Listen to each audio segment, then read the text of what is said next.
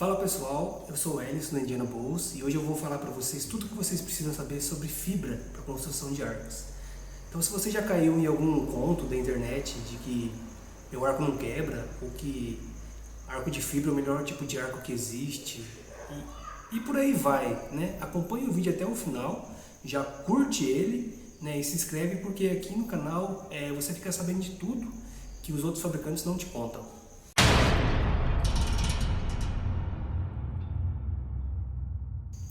Bom, primeiramente eu quero mostrar para vocês as fibras industriais, né, que é comumente chamada de fibra pultudrada, porque elas são feitas através de um processo chamado pultrusão. Esse processo ele necessita de equipamento e equipamento caríssimo, assim, sabe? Custa no mínimo uns 500 mil reais a máquina de pultrusão. Né? Eu estou jogando assim por baixo e de um galpão gigante para você poder fazer esse tipo de fibra. Não é um processo assim que você consegue fazer em casa, então a fibra que você faz em casa nunca será uma fibra pultrudada, a menos que você compre uma máquina de pultrusão e tenha um local bem grande para poder fazer. Né? Essas fibras, ela tem várias cores, né? Tem, no caso, preto, transparente, tem fibra branca, né? E por aí vai. Aqui no Brasil não é tão comum, né? Por quê? Porque não tem nenhuma empresa especializada para fazer fibra para arcos. Né? Até existe empresas de pultrusão no país, só que para outros tipos de perfis. Né? Então, para arcos a gente usa fibra importada mesmo, que acaba deixando bem caro as lâminas, né? O arco acaba ficando caro, só que atualmente é um dos modelos de arcos que você consegue maior desempenho. Né? Desempenho que eu digo é velocidade de flecha, velocidade de tiro e maciez de tiro. Aí você me pergunta, por que esse tipo de lâmina é que dá maior velocidade no arco, maior desempenho? Simples. Essas lâminas elas são feitas com fio woven, né? Eu tenho um pouco aqui para mostrar para vocês, que são basicamente linhas, né? Uma corda com várias linhas de fibra de vidro. Essas fibras, elas quando vão passar por um processo de pultrusão, elas são esticadas, né? E a resina prende esse material a fim de formar essas lâminas. Ou seja, quando você verga ela, né? Quando você dobra ela, todo o fio está sendo puxado nessa direção.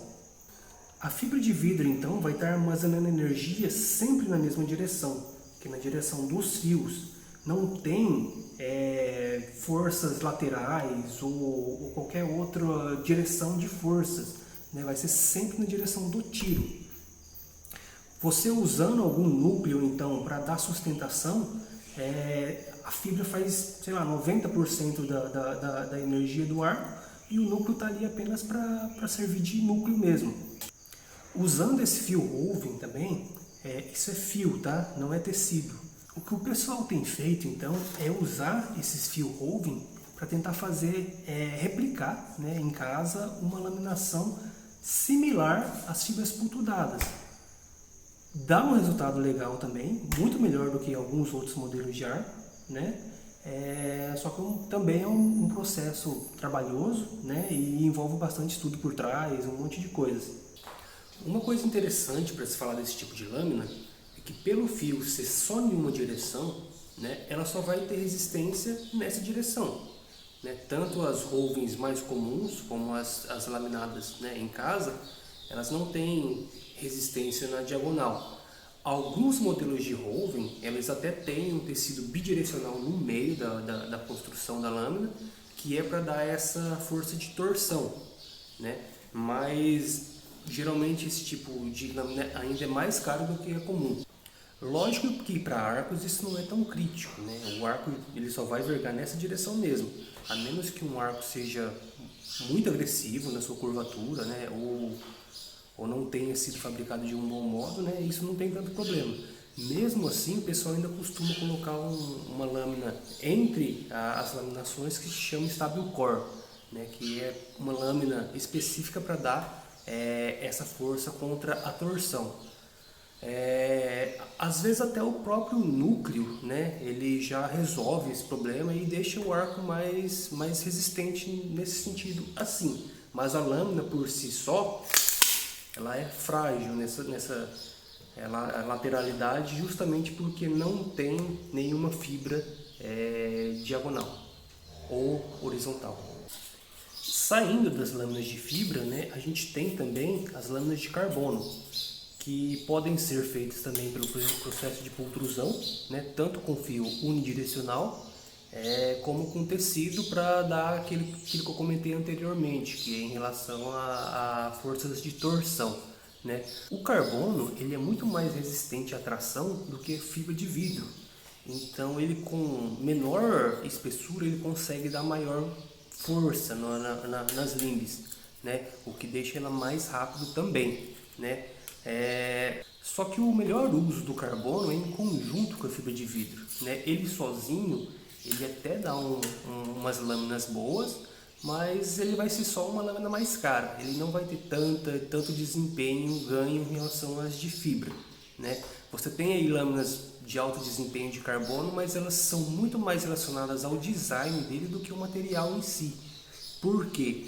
Porque por ele ser uma lâmina maciça, né, a resina acaba deixando ele um pouco mais pesado do que uma lâmina laminada. Né?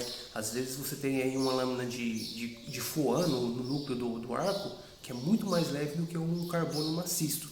Né? Então, a nível de desempenho, não vai ter tanta diferença. Né? A diferença vai ser mais de design do arco do que em relação ao material em si. Aqui eu tenho um exemplo tanto do tecido unidirecional de fibra de vidro como de carbono. Por que é tecido e não woven, como se diz? Né? O tecido unidirecional, as tramas dele, apesar de ser todas na mesma direção, né, pelo menos as tramas principais, ele só tem umas pequenas linhas laterais aqui, que é para manter o tecido junto, tá? Então, ele não tem tramas de resistência nessa lateralidade aqui também. Né? Essas tramas laterais aqui são só para segurar o fio junto. Né? O pessoal usa desse tecido para fazer arcos. O de carbono, eu nunca vi nenhum, para falar a verdade, feito aqui no Brasil, mas daria para fazer também, só que é o que eu comentei anteriormente, né? Você simplesmente jogaria dinheiro fora. Você teria uma lâmina bem cara, porque o carbono é um material extremamente caro, só que não teria tanto ganho em desempenho. Por quê? Porque a resina acaba deixando um material pesado, né? E sem tanto desempenho como uma lâmina laminada, digamos assim. Outra coisa que o pessoal faz, né, além de usar o tecido unidirecional, eles colocam uma camada intercalando entre a lâmina de fio unidirecional, uma camada de tecido bidirecional. Com isso, a lâmina passa a ter um pouco mais de resistência, lateralidade, né? Só que é um peso também que vai ser cobrado em desempenho. Qualquer peso que você coloque na lâmina extra vai ser cobrado em desempenho.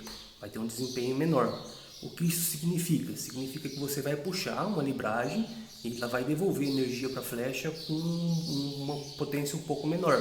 Né? Ele não vai entregar toda a energia que você puxou para a flecha. Em seguida, a gente tem os tecidos bidirecionais, que são os que eu comentei que dá para ser usado intercalando as camadas da fibra unidirecional. Ele é usado também para intercalar as camadas de manta que o pessoal usa, a gente vai falar muito de manta depois.